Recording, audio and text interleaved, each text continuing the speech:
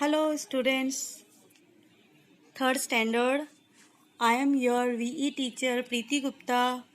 Start your VE chapter, first chapter love.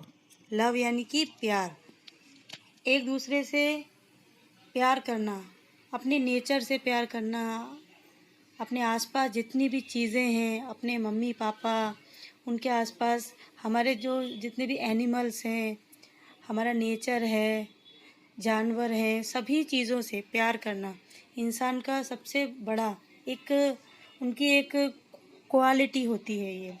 तो उसी चीज़ को इस चैप्टर के अंदर बताया गया है। और जिसने ये पूरी दुनिया बनाई है, ये ईश्वर ने, भगवान ने ये सब कुछ बनाया है हमारे लिए। सब कुछ, ज़मीन आसमान हवा पानी सब कुछ बनाया है। उसको थैंक यू बोलने का एक ही मतलब रीज़न होता है कि क्योंकि उसने हमें जन्म दिया है, वो उसने हमारे लिए सब चीज़ें प्रोवाइड की हुई है। तो as a human being this is our responsibility कि हमको हमारे इन्वायरमेंट को क्लीन रखना चाहिए, साफ़ रखना चाहिए, नेचर की हर चीज़ की हमें केयर करनी चाहिए, अपनी भी देखभाल करनी चाहिए। और भगवान को हर रोज़ हमें उनको थैंक यू बोलना चाहिए और प्रेयर करनी चाहिए। ये चैप्टर उसी से रिलेटेड है, लव यानी कि प्यार। बराबर, तो इस चैप्टर में हम स्टार्ट करते हैं। Explain the children that God is creator of the world. They must understand that God has created each and everything with a purpose. We must trust him and appreciate him for his greatness. That mean बच्चों, हम सबको पता है कि पूरी दुनिया भगवान ने बनाई है। हम सभी को ये बात पता होना चाहिए कि भगवान ने हम सभी को, सिर्फ हम सभी को ही नहीं, इस धरती पर मौजूद हर चीज़ को किसी खास मकसद से बनाया है। हमें उस ईश्वर पे, उस भगवान पे हमेशा भरोसा रखना चाहिए। उनके जो भी उनके फैसले होते हैं, चाहे वो अच्छे हों या बुरे हों, हमें उनको हमेशा अप्रिशिएट करना चाहिए। और आज ये जो कोरोना का वायरस फैला हुआ है, ठीक है, उसमें भी कुछ ना कुछ अच्छा होगा। भले हमें आज महसूस नहीं हो रहा, लेकिन एक दिन हमें ज़रूर महसूस होगा। हर चीज़ की कुछ नेगेटिव पॉइंट्स होते हैं तो कुछ पॉजिटिव पॉइंट्स भी होते हैं। तो हमको हमेशा हमारे पॉजिटिवनेस को फॉलो करना चाहिए। अभी हम लोग इस चैप्टर से रिलेटेड एक स्टोरी है, हम उसको स्टार्ट करते हैं। मैं आपको ये एक्सप्लेन कर रही हूँ, so please listen me very carefully.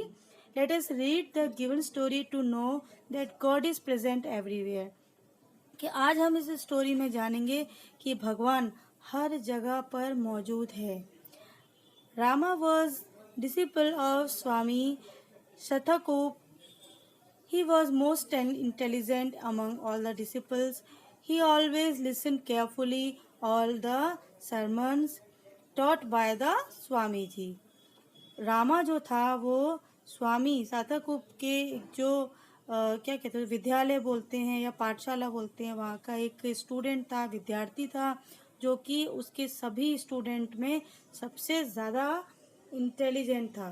ठीक है, वो हमेशा जो उनके जो स्वामी जी होते थे, उनके बताए हुए सारे मंत्रों को, सभी चीज़ों को, सारे श्लोक को, हर चीज़ को बहुत ही ज़्यादा ध्यान से सुनता था और समझता था। One day Swamiji thought of taking a test of his disciple. He brought some parrots in the cages. He called up all the disciples, including Ramas, in the पाठशाला। एक दिन स्वामी जी ने सोचा कि चलो आज मैं मेरे सारे विद्यार्थियों का टेस्ट लेता हूँ। उन्होंने क्या किया, कुछ जो क्या बोलते हैं उसको, पैरट्स होते हैं ना, पैरट्स तोते, उनको उन्होंने खरीदा और उनको डाल दिया एक केज के अंदर डाल के, और उन्होंने रामा के साथ बाकी सारे स्टूडेंट्स को पाठशाला के अंदर बुलाया। When all the disciples gathered in the pathshala, Swamiji came there with the cages of parrots and said, "Today I want to test you all. I want to see the impact of my teaching on your heart and mind." उन्होंने सभी students को बुलवाया और उनको बताया। जब सारे students जो थे, सारे विद्यार्थी थे, जब वो पाठशाला के अंदर आ गए तो उसके बाद उन्होंने स्वामी जी वहाँ पर आए और वहाँ पर जो केजेस के अंदर यानी कि पिंजरे के अंदर जितने भी तोते या फिर पैरट्स थे, वो उन्होंने उनको सामने रख के बोला कि आज मैं आप सभी बच्चों का टेस्ट लेना चाहता हूँ। मैं चाहता हूँ कि मैं ये जानना चाहता हूँ कि अभी तक मैंने आपको जो कुछ भी सिखाया है, जितना सिखाया है, उस चीज़ों को आपने अपने दिल में और अपने दिमाग में कितना रखा है। मुझे ये जानना है कि मैंने आपको जो कुछ भी सिखाया है, उसमें से आपने उन चीज़ों को कितना समझा है और कितना जाना है।